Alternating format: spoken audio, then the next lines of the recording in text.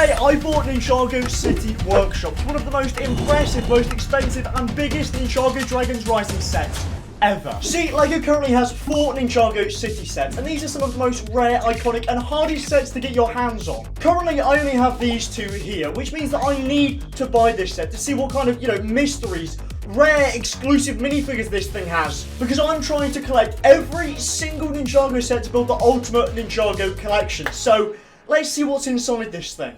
I've got this box here, which is absolutely massive. This is so heavy. Let's see what we've got in here. Oh, bro, I'm actually so excited. Here we go. Are you ready?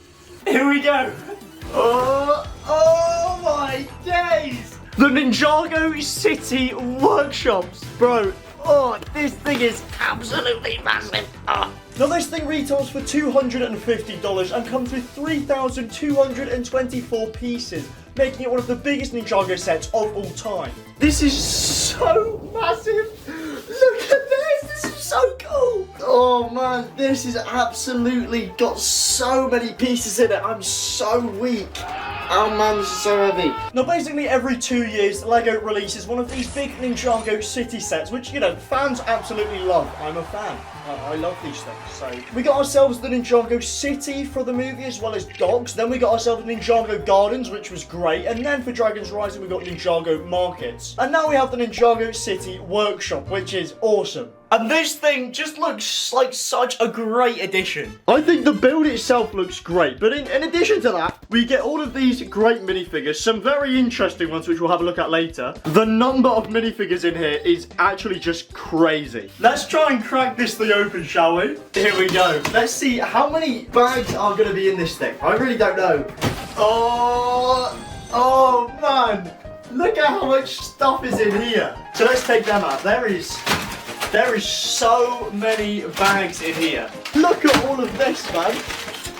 It goes up to like 26 bags. And then we've also got ourselves this this box in here, which I don't know how to open. We have more bags. Great. Loads of more bags. Oh my days. They just keep coming. We've got a nice little base plate in here. These are some heavy instructions. Bro, no way. Look at how thick these instructions are. What is this? We got 2 instruction booklets and loads of stickers. We've got the Upley here, Dr. Julian, Zane and the Falcon. We've got the Boulder Blaster, Fabuland. We've got loads of the Ninjago sets and stickers. The Temple of Air Jitsu. Bro, these sticker sheets are loaded. Something about opening these big Ninjago City sets always just blows my mind every time. Like, they are just so awesome. I love them. This is going to be such a blast to build. Like, honestly, the instruction booklets smell so good. So fellas, I decided to go ahead and get building this thing. Now again, this is over 3,200 pieces. Like, it's a hefty old build, okay? Basically, the building process for this set starts out with the base level, where, we're building, like, the infrastructure. This included putting loads and loads and loads and loads and loads and loads and loads of these 1x2 pieces in. And even just in this first bag, there is like some crazy inclusions, but it is really satisfying. I mean this clip here, that is satisfying, isn't it? Putting in all of these like war pieces took me ages, but we've just got 2 little buildings built here. The stickers just look awesome. Like, there's so many cool details in here, just like having built this base. Currently on bag number 6, so like, I probably won't be done anytime soon, so yeah. No, it's no secret that Ninjago Knights are some of my favourite things that LEGO comes out with. They've made some absolute classics. I mean, back in the day you had Samurai X-Men, which is an incredibly iconic build, and then throughout the years, LEGO have continued to kind of add on to that. So I am so excited for this set because, bro, more Ninjago mechs, yes from me. It is always a yes from me, as long as they're not like the 4+J's Electromech, because that thing is terrifying. Alright, so there's a really interesting thing in the instructions here. So here it's telling me to put some stickers on this piece here. It just basically lets you choose whatever ones you want. I have no idea. I think I will go ahead and put the J sticker on there because, fun fact, my name is Jack. So I began to lock in and really, you know, trying to build this set as best as I could because, you know, I want to get this thing done. I want to have a look at the finished product. I'm building this thing again, like my fingers are kind of like arthritic already and my back is already like, bro, look at that posture. That is crazy. So far we've got this massive build here, which looks great. I think I'm on like bag 15 out of 26. So, but in the meantime, now fun fact for you, this set here, when it was originally uncovered that LEGO was going to be releasing it, was called the Crossroads. Now for those of you who are uninformed, in Ninjago Dragons Rising, the Crossroads is basically like this area where all of the merged realms kind of come together. Basically, you've got like everybody living here. This is where my main man, Aaron, lives. He's a handsome guy. Look at him, we're like best friends. They're literally like the central focal point of Ninjago Dragons Rising. Like they are the focus point. So obviously, like there's so many iconic characters that live in this area. So many like iconic scenes in this area from the show. And then this was the Crossroads. It's the workshop now. That's even a less cool name. Now some people have kind of argued that like, you know, Ninjago markets and this set kind of together is sort of like the Crossroads. But like so many people have made great sets of the Crossroads. Like for $250, you could make an unbelievably nice one. I mean, my boy Brick Legends made this bad boy here. I think it looks great. The workshop, bro. I'm not going to get my car fixed. I want a Ninjago set. So I did not stop.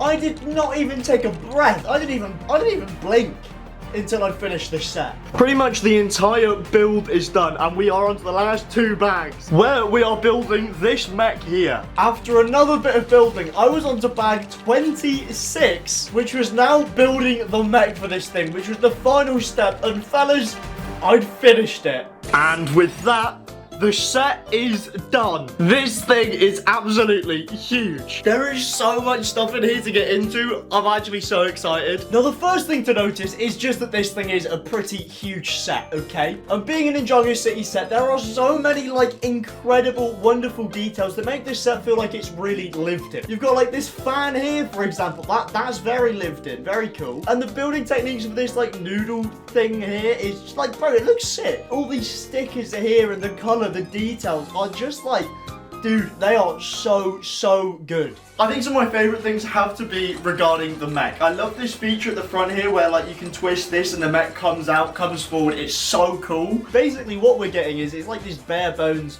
kind of like, bro, put some clothes on.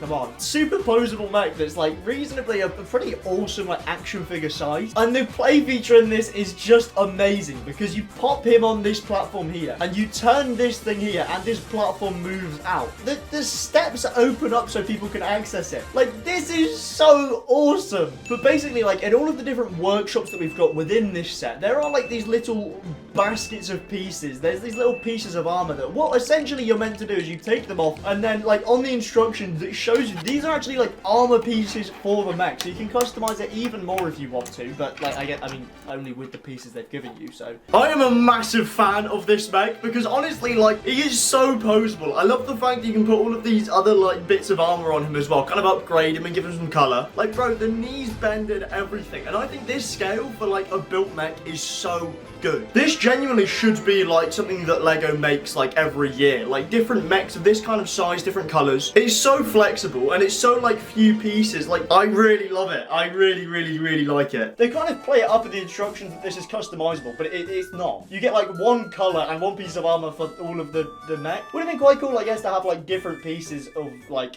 armor and stuff for him, but like it's really cool. But of course, while the mech is cool, the mech is not what the set is about. The set is about the set. This thing is absolutely massive, and as such, we've got loads of different buildings around here, as you can see. For example, we have this little noodle bar here, which is lovely. You know, we've got some egg thing here. And inside, you can see we've got like a stove. We've got some stools outside. It's very nice. We've got this little workshop area here where, like, you know, presumably all of the mech pieces are. We've got this wall here, which you just literally pull off. And then in here, again, you've got another workshop space. And what's really cool is that if we turn this here, you can see that the shutters come up. Then we've got this other building building here where, you know, we just slide the room out. Got a nice little bedroom in there with a little Zane flyer thing. That looks so flat and uncomfortable, bro. But then above it, we've got another room in here, which is kind of like, you know, some sort of like kind of tourist shop. You know, we've got some postcards up here, as well as this little like vinyl thing. There's also like these little theatre curtains in here, which are very cool. And then we have this little like toy store type thing where, you know, we've got Cole's Dragon Mech from Dragon's Rising, which is awesome. As well as loads of sets on the back wall here. Zane's Titan Mech, Jay's Titan Mech, Samurai X, Lloyd's Titan Mech, and then Cole's Titan Mech. This is such a cool idea. It's even like outside, you've got like this robot here, bro. It's like he's doing a peace symbol. It's very cool. As well as on the window there, you've got Cole's Titan Mech again. Again, in every single Ninjago City set, there are always so many Easter eggs and little things and like tidbits. So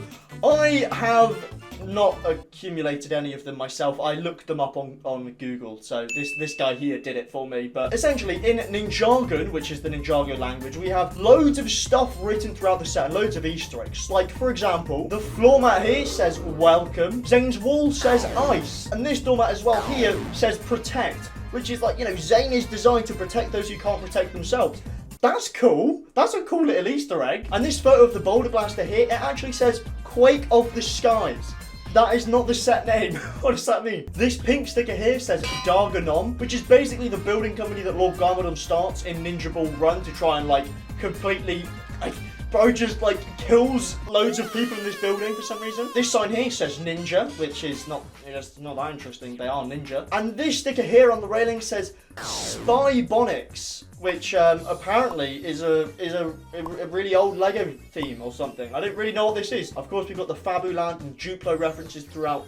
I love some niche Lego references. I'm a big fan. I think honestly one of the best things about this set compared to the other Ninjago cities is just how easy it is to take apart and put back together. I think with this whole set like broken down, it's just clear how much is in it. Like we've got all of the, obviously the rooms here. Again, like, you know, we've got this little bit here which kind of just pops onto the top of there. We've got the workshop, we've got the like noodle bar, and like this top floor as well. And another workshop and the mech and the minifigures who are very nice. The minifigures in this set are really, really great. Like we're getting some ones that we've wanted for ages. First of all, we've got like, you know, we've got Zane, who's, you know, pretty basic, just Dragon's Rising Zane. He's got some clippers for some reason, pretty cool. Then we've got this man here who seems to have a lethal weapon. So do not let this man in the city. Somebody needs to take him out because he's quite dangerous. It's just a guy. So then we have ourselves a Pixel minifigure. I love Pixel. I think this minifigure is great. You know, it's Pixel. What do you expect? We have this woman here who has a jewel molded hairpiece, which is very nice. Just a woman. There's a builder as well who's pretty cool. Again, like the jewel molded hairpiece I think is really nice. It's just like, I mean, a lot of these are just like citizens. They're just normal people. So now we're getting something more interesting. We've got a Dragonian like tourist, which is really cool. I'm really excited to see what role the Dragonian warriors actually play in season 3 of Dragon's Rising. This guy looks pretty sick though, to be fair, and I love his mohawk. I kind of want a mohawk as well. So, and then we get ourselves into the awesome territory. We get ourselves Dr. Larow from Ninjago Dragon's Rising. This minifigure is one of those minifigures that you are like just shocked that Lego never actually went ahead and made. She's got like this little screen here which has like loads of the Ninjago language on it. I wonder if I can translate that. I've got the Ninjago instructions here with the alphabet on it. Let's see if I can translate what's on her screen. I actually have no idea. Perhaps I'm just stupid, but like none of these letters actually appear on here. That's kind of crazy. The tablet actually does say, it just says her name on it apparently. I can't read, but she's got a double-sided face print as well. Just beautiful stuff. Then we've got ourselves Twitchy Tim, who is one of my favorite characters from Ninjago from the Island season. This guy, again, like I'm surprised we didn't get this guy in a minifigure. He's been around like as a minifigure for years and years and years. He's got a two-sided face print as well, although the issue is his beard kind of does just like stick out of the bottom there, but great minifigure. And it's really cool that we're getting minifigures from like years and years and years ago remade now for Dragon's Rising, which is great. Then we get ourselves a dorama minifigure. This guy is just amazing. I love him so much. The only thing is, like, I guess the printing on here is kind of minimal. He's not got leg printing, which is not great. Actually, none of these minifigures have leg printing, none of the new ones. not great. But like, yeah, he's a great minifigure. He's pretty accurate to the show, I guess. Again, this is a character that's in Dragon's Rising so much, so it just surprises me that we haven't got him until now. We also get one of Dorama's puppets as well. This is so cool. You could like army build this if you wanted to just buy like 20 of this set. I think this thing is just sick. He's super poseable, like his head moves and everything, and his legs move, his arms move. Just a really cool inclusion here. The one that they didn't really have to include, but obviously like they did. And then the biggest minifigure in this set, we have ourselves Harumi. This is a minifigure that people have literally been losing their minds over for years and years and years, because LEGO had never released a casual Harumi. They'd released tons of different versions of Harumi, but this one is the one that, like, bro, everybody wanted. And it is just a great minifigure. The hairpiece is awesome. I love the jewel mold on it. I love the kind of, like, you know, she's got the noodle sticks in her hair. She's got a dual face print as well, so on the one side she looks really happy, and then she looks really angry and upset, like, I don't know, her parents just got killed by the Great Devourer or something. It is a really, really superb minifigure, it really is. But again, the thing is, none of these minifigures have leg printing or arm printing, which understandably maybe in this show they didn't. But like, for the price of this set, I kind of would like that. I don't think that's an unreasonable thing to want. And although, like, yeah, okay, the minifigures are great, but there are definitely some different minifigures that we could get in a set like this. Let's just think from Dragon's Rising exclusively, okay? Now, we could have got ourselves, I don't know, Geo. We've got even Creel, who is like the co-owner of the Crossroads junkyard. We have Gandalaria, I don't know if I'm pronouncing that properly, probably not. As well as Grabbog, who is like the little snail man with the chef hat, he's awesome. Like, these are great minifigures that you definitely should have got. I mean, these are like, you know, exclusive head prints and stuff, as well as like a Frohickey minifigure would have been cool. Maybe because he's like one of the main characters in the show. As well as, of course, like, Dr. Julian. 13 years in the making, we've been campaigning for this man. And he gets relegated to a sticker. Let's have some respect. Although, okay, I guess kind of the reason is because he is dead. That actually does make sense. I kind of understand it now. I'm putting all of these minifigures in this set. It is clear just how, like, oh, this set is so cool. It just feels so lived in, and like, bro, this combined with all of the other Ninjago City sets, it really does just... It's just iconic. Like, this is exactly what Ninjago fans want. This set is $250, which does make it one of the most expensive Ninjago sets that LEGO has released. But, like, I think it is pretty cool. And this set, of course, looks absolutely incredible next to all of the other Ninjago City sets. And I actually don't have the first two. And let's just pretend, let's just, you know, background switch. Let's pretend that, I'm gonna just Photoshop really quick. That's what it looks like in the corner. Yeah, let's just pretend this is my footage. This isn't mine. This is Bricks by Mine's footage. He made this footage, but like, it looks cool. Although, like, I think you can kind of see just how, like, much smaller this set is compared to the other sets. Like, it is a substantially smaller set, which is kind of a shame. But hey, it's pretty cool. I do like this set. It's just a chill set.